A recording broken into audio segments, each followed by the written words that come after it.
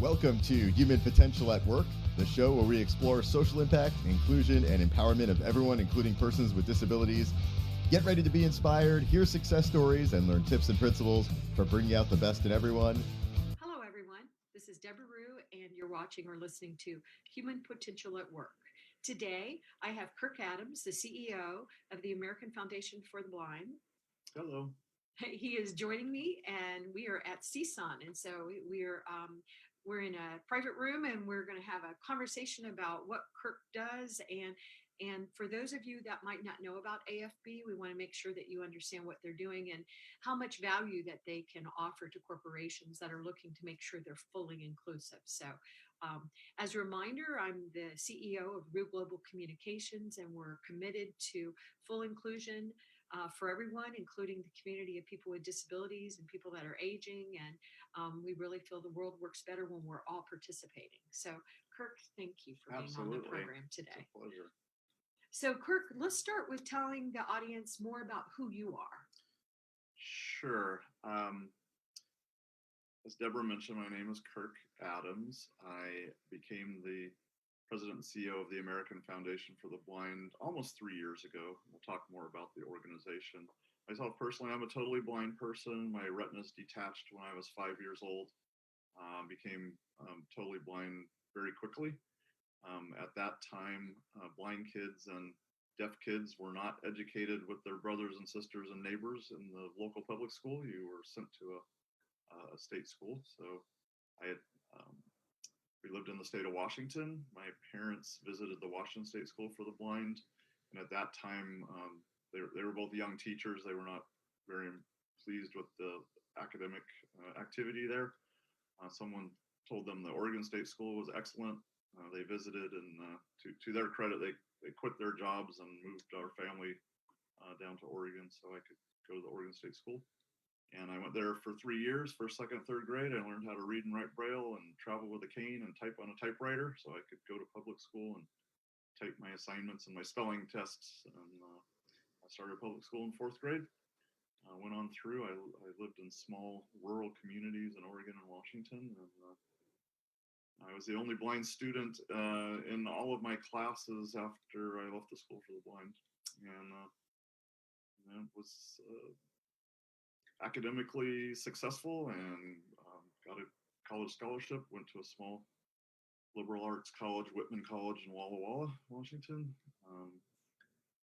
Had a 10-year career in banking and finance, and then pivoted into the nonprofit sector and entered the sector through resource development, became a professional fundraiser, and my first nonprofit job was development officer for the Seattle Public Library Foundation, raising money for the state Talking Book and Braille program.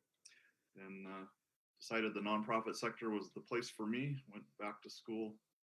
I got a master's degree in not-for-profit leadership. And then I guess I go to school every 15 years. I just finished my doctorate last Saturday. Oh, wow. So Congratulations. I'm a brand newly minted PhD in leadership and change from Antioch University. So you're Dr. I am. Kirk Adams. Yeah. Congratulations. As of 6 days ago. Wow, that is such an accomplishment. And married. My wife Roz and I met in college. We've been married 33 years. We have 2 adult children, a son, married son in Seattle, and a daughter who splits her time between New York and San Francisco. Wow, that is such an incredible story.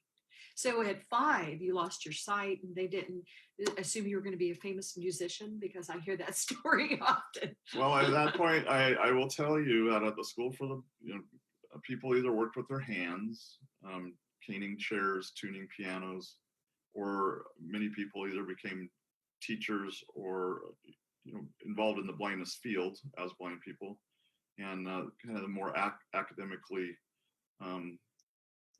gifted kids were often tracked into law. So, right, that's what I was going to say. At the School for the Blind, they taught us how to weave baskets, and that's that was a vocational track for some people. This was in the 60s. So. Right. Well, and that's it. And it's interesting because, of course, so much has changed since then, but not everywhere.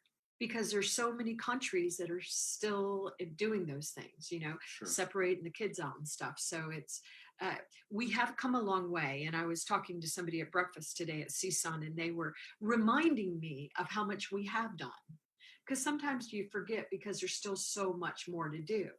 And I know that you and I were talking before we went on air about the American Foundation of the Blind. And when I also come from the banking industry for 25 years.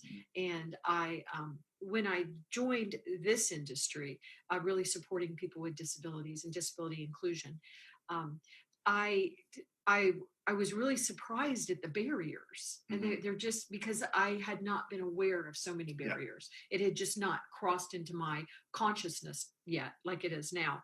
But we have made so much progress, but there's still so much to do. And I remember when I first started in 2001, I created a company called Tech Access. And so I employed people with all types of different disabilities that were very gifted technologists. And we were doing really great. And the corporations would say, well, we really wanted to work really with the nonprofits and with, the community foundations and stuff. But we find that often they won't return our phone calls, and nonprofits don't understand the way corporations work. We work. And at the time, I think some of that was true. But then a lot of time has passed, and I see that some nonprofits and some foundations, like the American Foundation for the Blind, they've become very sophisticated, and they're very good partners with the corporations. Just FYI, there are some national blind organizations in the United States that do sue a lot. There's a lot of litigation, and you know what? I'm sorry we have to litigate, but the reality is the Americans with Disabilities Act has been around since 1990. And all Americans should be included. So I wish we didn't have to sue people as communities, but that's the way we do things in the US. We have legislation, and then we have litigation, and we pound it out. And I just heard as I was coming up to meet Kirk for the interview that the federal government is starting to say that if a corporation is filling out a VPAT, a voluntary product accessibility template, explaining how accessible your product and services are, and you falsified that at all, even accidentally, that they're going to start filing fraud charges, which is troubling. But that's not what we're going to be talking about today. What we want to talk about is why corporations really need to make sure they're working with qualified organizations like the American Foundation for the Blind. And Kirk is going to tell you more about what they're doing. But I just think right now it feels that what's happening, corporations want to include people with disabilities, which is a win.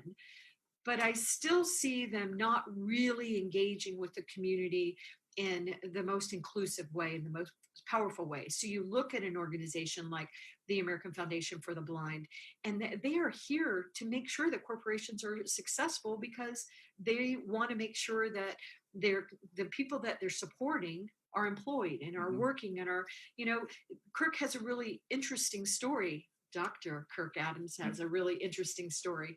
And this is just one example. So there's a lot of talent out in the field, but we need to make sure that we're bridging the gaps. And so that's why I wanted to have Kirk on today. So Kirk, before you talk about the American Foundation of the Blind, talk about what you have witnessed for, people that are blind and have vision loss when it comes to employment opportunities, but also just opportunities of truly being engaged in society. Sure. So it's an evolution, like most equity, social justice issues. There's deeply embedded barriers for inclusion for people who are blind. Some of that is very attitudinal. Johns Hopkins did a study recently that showed that people fear becoming blind more than they fear contracting cancer or losing a limb. So there's some visceral stuff around this disability. AFB was founded in 1921 by the professionals in the blindness field. So it was American Association of Teachers of the Blind, and those were teachers in those residential state schools that I mentioned earlier, and American Association of Workers for the Blind, and those were people who supported blind individuals in things like sheltered workshop, where people did simple handcrafts, institutions called asylums for the blind and homes for the blind.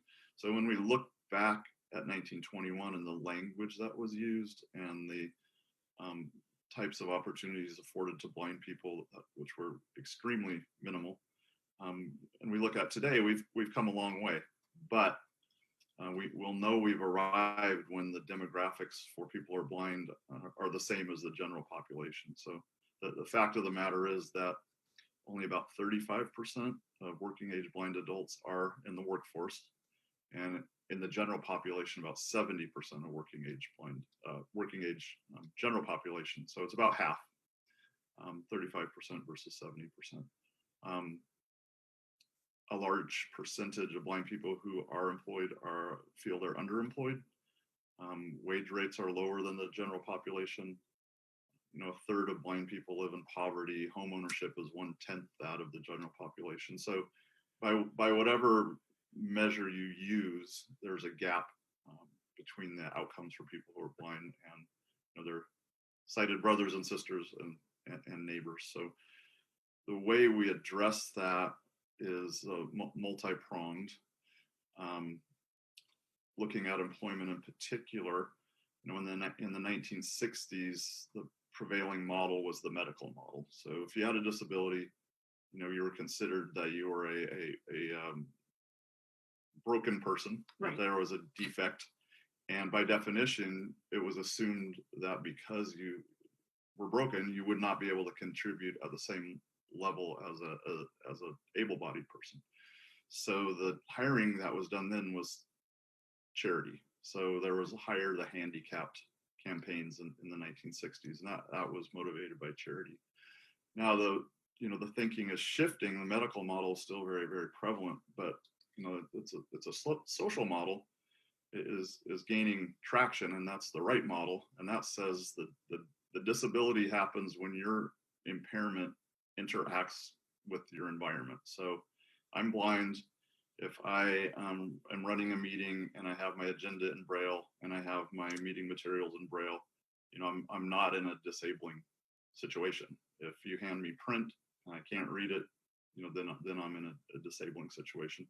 I often, when I talk to people in large audiences, I say, is anyone in this room, 5'2" or shorter? And someone always says yes. And I said, if you need to get something off a high shelf, and you don't have tools or support, if you don't have a step ladder or a stool, or can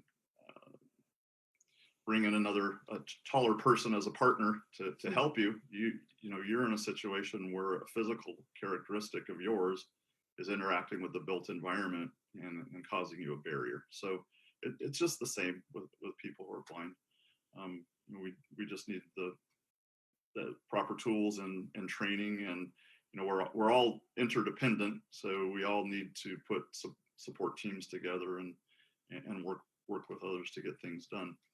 So from that medical model and Hire the Handicapped charity model, then we moved into diversity, the diversity space where people started seeing value of reaching out to different groups and bringing folks in to the circle. And then inclusion kind of took it a step beyond that, and now we're at AFB, we're talking about a leveraging difference model, where an employer realizes that bringing in people with different experiences, different viewpoints, different capabilities makes them stronger, better, more able to achieve what they want to achieve. So if you have, 6, non-disabled, say Harvard MBAs around a table, they all have great tools, but they all have the same tools. So if you want to have more tools in your toolbox as an employer, it behooves you to leverage difference, to look at people's differences as an asset. So what we are talking with employers about is, what type of employee do you need in the 21st century? And we get answers like, well, we need people who are creative problem solvers. We need people who can communicate with a wide range of folks. We need people who know how to analyze and manage risk. We need people who are bold and courageous and can be disruptors. And we say, living your life every day as a blind person helps you hone all of those skills. But a blind person, just through daily activity, is a creative problem solver, knows how to analyze and manage risks, knows how to put teams together and work with teams. So we're scaling the concept to employers that if you want to really take your organization to the next level, you need to think about leveraging difference and being inclusive of all kinds of people, including people who are blind and low vision. Wow, that's really, really impressive information. One thing that we've seen, and we talk about this a lot on the show, is that when there's no diversity in a team, we see lack of innovation and lack of creativity. And this is not something that we're saying. We know this as society. There have been study after study after study done. And I've talked about a lot of instances on the show. But I think what's happened, and I loved how you were explaining the history, because I've had people say to me, well, I've never met a person that's blind. And that always sometimes amazes me. And I guess I just live in a different world, because I know so many people that, are blind or they have vision loss. So it's always interesting to me. And I've talked about this on the show too, that there was a woman that she's blind and she's a professional that works in the United States government, and she's very talented employee. And she walks to work, and she's walking in Washington, D.C. with her cane, and people will stop her every single day and say, do you need some help? Now, of course, they're saying that because they're trying to be helpful, Kirk. They're trying to be helpful. And she'll say, no, I'm fine. I'm just going to work. You work? You work? Wow. So think about, and I've said this on the show before, think about that. Think about you're heading to work and some stranger kind-heartedly stops you and say, do you need help? No, I'm fine. What do you do? It's just interesting. And to say that I would rather have cancer than be blind, I don't know what it means to be blind. I have an experience of being around many people that are blind, but I don't think it's the end of the world. I think it's just, and if anything, you probably are more perceptive about a lot of other things. I mean, our brains are such amazing things. And I've talked about this before, but my husband has acquired, as he's aged, he's acquired major hearing loss, and he uses hearing aids now. And also he has that really scary diagnosis of early onset dementia. But my husband hasn't gone away. I just find that I have to, when I communicate with my husband, all of the qualities about him that were there are still there, but I have to communicate with him differently. So we're all these delicate, multidimensional human beings. And to assume that any part of our society can't be, valuable members because they're blind, they can't hear, they have gray hair, whatever ridiculous labels we put on, we need to stop that. And so I think corporations have an opportunity to stop thinking about organizations like the American Foundation for the Blind as just a charity, because certainly you want to donate your dollars to them, they love it, but they would actually rather be a partner with you. They would love to come into your corporation, your organization, your university, and help you understand what the needs are. And the good news about what they're doing is every time you make things more accessible to a person that's blind or a person that's deaf or a person, it benefits everyone else too. And all of this stuff that we're doing, making sure the websites are accessible, a lot of this was started from the community of people that are blind and vision loss. And because the screen readers do not work well when you have a poorly designed website. And by the way, when you have a poorly designed website, the rest of us don't benefit from that either. And so accessibility and inclusion really enhances society. So one thing why I wanted Kirk to be on the show, besides he's an amazing man and he's had this really powerful life, was for him to really talk more about how corporations can partner with an organization like AFB. I'm also curious, as we keep talking, a lot of the companies that I work with, Kirk, they're multinational. Sure. So they're dealing with certainly this in the US, but they're also dealing with it all over the world in developing and developed countries. So how can your organization support what they're doing, in other countries as well? Well, I think it's just the broad understanding that we have because of our history, and we're a unique organization in the blindness field. As I mentioned, we were founded by the professionals in the field back in 1921, and those two organizations got together and decided to create a new entity, a new central nonprofit organization that would use research and data to identify the most pressing issues, the greatest barriers to inclusion for people who are blind, and the greatest opportunities for inclusion in society for people who are blind. So we've been at it for a long time. We're a private nonprofit, and we have a board of trustees that from around the country from different industries and different professions. So we are able to stand back and take a view at systems.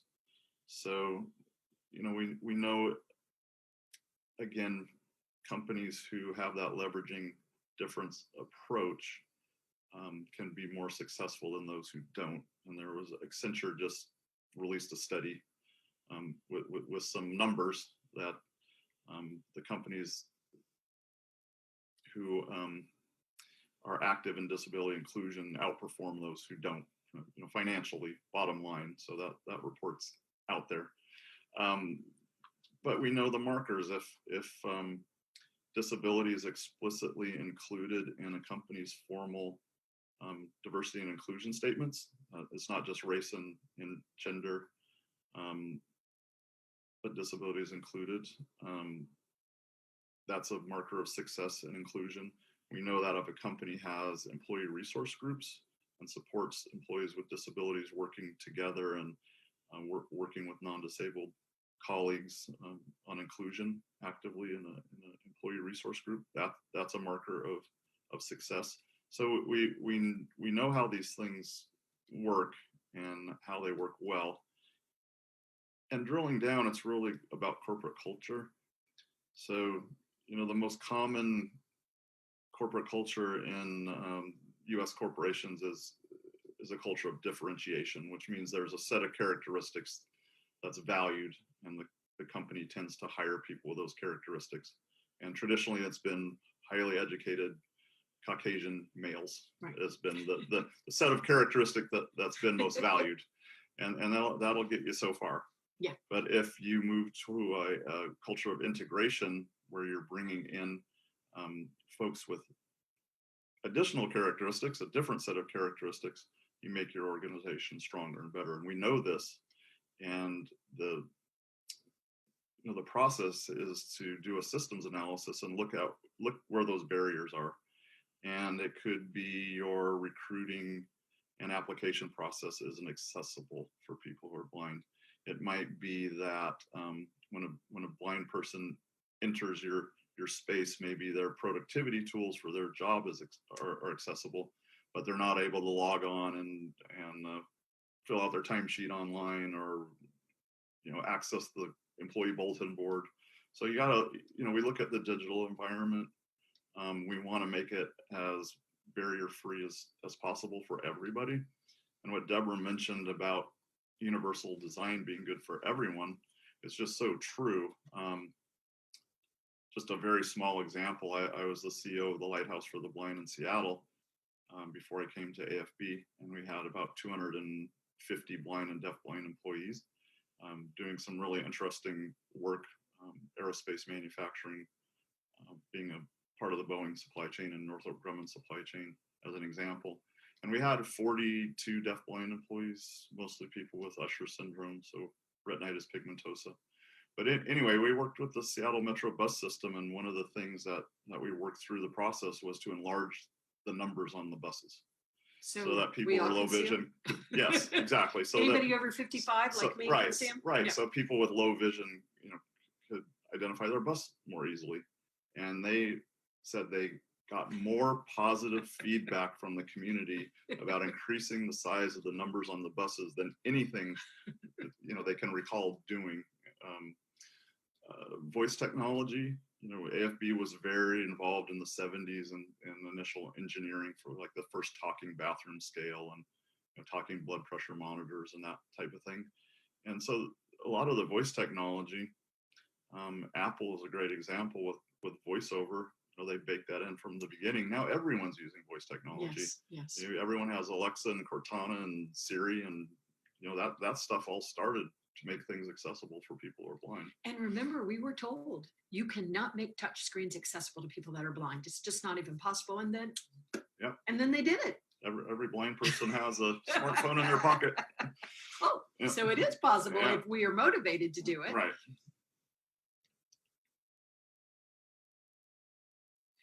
All right. So you talked about, I just wanted just for a second explore what you were talking about with the people that are deaf and blind, because often I still see that segment of our society really, really being left out, and people not understanding the value that these human beings are bringing to society and to the workforce. And I haven't really talked about that very much on the show, but I was just wondering if you would talk about that. And then the next thing, since I'm getting old, I also want to talk a little bit about service animals and employment. Sure.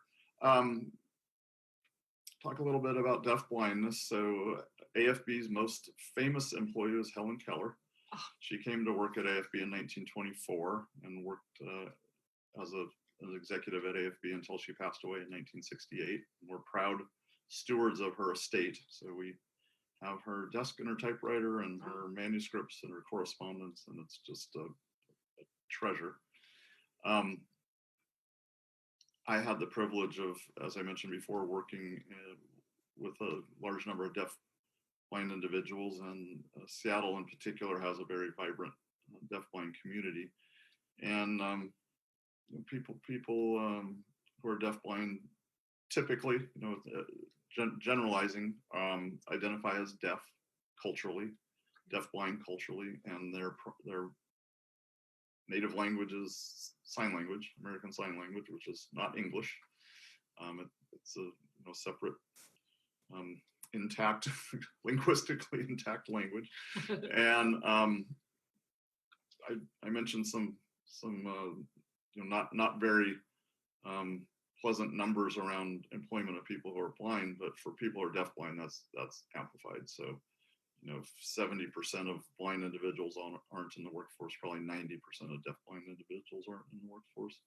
And again, people who are talented, passionate, curious, interested, they have, again, learned how to live life with those two impairments and how to interact with all the barriers in the environment that exists because of the design of the environment. Because of poor design. Correct. It's just poor design. Right. And so we should design for humans. Just a thought. Right. So people use tactile sign language. They use interpreters. They use screen braille communicators. There's a misperception that if you hire a person who's blind or deafblind, you need to hire two sign language interpreters to be with them all day. That's not the case. And as I said, the Lighthouse in Seattle had over 40 deafblind employees. We did provide interpreting services as an accommodation when it was needed, but deafblind people did their jobs independently. Proudly. Yeah. Service animals. I'm a cane user. I was taught how to use the cane, which we call the long white cane, as a 6-year-old. So that's how I travel independently. About 10% or so of blind people in the U.S. Prefer to travel with a dog guide, and they're very highly trained, very capable. It's just another tool. We all have tools. I have the smartphone that talks. I have a Braille tablet. I have a refreshable Braille display on my desk with my PC. I have what's called a slate and stylus in my briefcase where I can create Braille by hand. I use voice technology at home. So as society progresses, we have more and more tools in our toolbox, and people who are blind and deafblind are able to perform more and more job functions that, some of which were truly not accessible 30, 40 years ago. There were jobs that you had to be able to see to do. And with technology, with universal design, with efficiencies, with the world becoming computerized and electronic, anything that's a sighted person can do with text and words and communication and information, a blind or deafblind person can do using the current access technology. And as a reminder, some of you might have heard this before, but they say Google is the largest deaf-blind user, because when we talk about the SEO, the search engine optimization, you have to do it in a way that a Google or a Bing or any of those can use. And so that means they're using it like somebody that's blind or deaf-blind would use it as well. So technology should be enhancing humanity, which it is sometimes it's not, depending on how we use it. But I just wanted to make sure that the audience understood that you have resources like AFB and Dr. Kirk Adams out there. And I wanted any of the corporations that are listening I would hope that you would consider this. We do not want you to think about disability inclusion as a charity. We just don't. Now, once again, I'm not discouraging charitable giving. Please give charitable giving. But these are professional partners that can come in to your organization, to your corporation, and it can really enhance the way you're doing business. You're not going to find that it is going to be that they're going to add barriers. They're actually reducing barriers for all of the employees. We also have found study after study that show that when you're including people with disabilities in your workforce, everybody's productivity goes up, because one thing we know for sure, and just speaking from a US lens, when American workers are proud, they're more productive. And I'm sure that's repeated all over the world. We just happened to do a study. There was a study done that I'm happy to share with anybody. But there was a study done that showed that Americans' productivities went up when they were proud of their employers. And the younger generations are demanding, once again, that you can be profitable. We want you to be profitable, but you also have to have purpose. You have to take care of people, and you have to take care of the planet. So the 4 Ps, or the sustainable development goals, the global goals that we all have to make the world work for all of us. So Kirk, tell the audience how they can learn more about AFB. I know you're on all the social media mediums, and how can a corporation come to you? I'm sure you're available to meet with other CEOs. Oh, yeah. I mean, this is a very, very talented leader here. In corporations, you need to be working with leaders like Kirk, because he can really help you be more productive and add a lot of value to your bottom line. So tell them how the easiest way, American Foundation for the Blind, we're known far and wide as AFB. So afb.org is our website. And there's links there to lots of information and research and data, also to our consulting practice. We are a social enterprise, so we work with clients and partners and help them accomplish their goals and generate income to support the work of the organization. Facebook, American Foundation for the Blind Facebook page. I'm Kirk Adams, KirkAdams. I'm on LinkedIn and Facebook as well. We're a very virtual organization, so we have folks all over the country, and we use Zoom, and internally we use Slack, and we use the G Suite, and we have blind employees using all different kinds of technology working in our organization. Really interesting new technology, IRA, they're here at CSUN, and that's where a blind person can connect with a live trained agent who sees through the camera on the iPhone or on some smart glasses, and can give you actual real-time visual information. And we provide that as an accommodation to our blind employees. So we pay for the minutes they use. So if one of our blind employees who's sitting in Ohio and their screen freezes and they can't tell what's on the screen because it's not talking anymore, they can dial up IRA, take 2 minutes. The person can tell them what's on the screen, where to click, and they're back up and running. So there's all kinds of creative ways, and there's also, I just want to make it clear, there's a misperception that accommodations are very expensive, and most accommodations are very inexpensive. Most workplace accommodations are under $500. And again, the data shows that the investment in the accommodation is paid back multiple times. So when you do a longitudinal study of disability inclusion in corporations, you see a couple things. You see longer tenure, so you see less turnover. You see less absenteeism. You see the morale and employee satisfaction in the departments that include people with disabilities go up, and you see customer perception of the organization increase. So there's measurable benefits. Why would you not do that? There's measurable benefits to being inclusive of people with disabilities, of all disabilities, but include, obviously we're most focused, and we know the most about people who are blind and have low vision. So a real shout out and call to action to the corporations that really are committed to disability inclusion. You have these experts here. Nobody's going to be more of an expert about what a person that is blind or deafblind or low vision needs in the workforce to really be productive for you than an organization like AFB. So that's why I really wanted to highlight the work that Dr. Adams is doing. I really appreciate it. Yeah, well, this is what we're doing here, trying to change the world. So appreciate everybody joining us today. Once again, you can find out more about AFB at www.afb.org. And just real quick, because a lot of the audience is global. I know you're doing partnerships and you do other things internationally. Do you want to just speak to that just for a moment? So I think for folks in other countries, the best way to kind of link into the system is through an organization called the World Blind Union, and AFB is a member. It's an organization of organizations. So there's about 160 blindness organizations around the world that are part of the World Blind Union. So the world's divided into regions. We're part of the North American Caribbean region, Africa, Europe, Asia.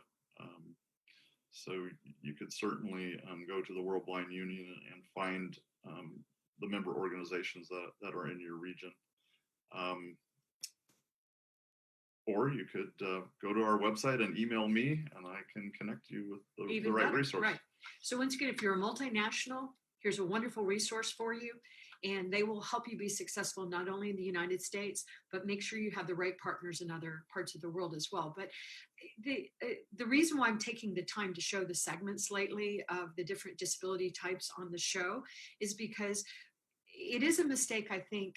We talk about the sheer numbers of the community of people with disabilities in America. 1 in 4 people, according to the CDC last year, identify as having a disability.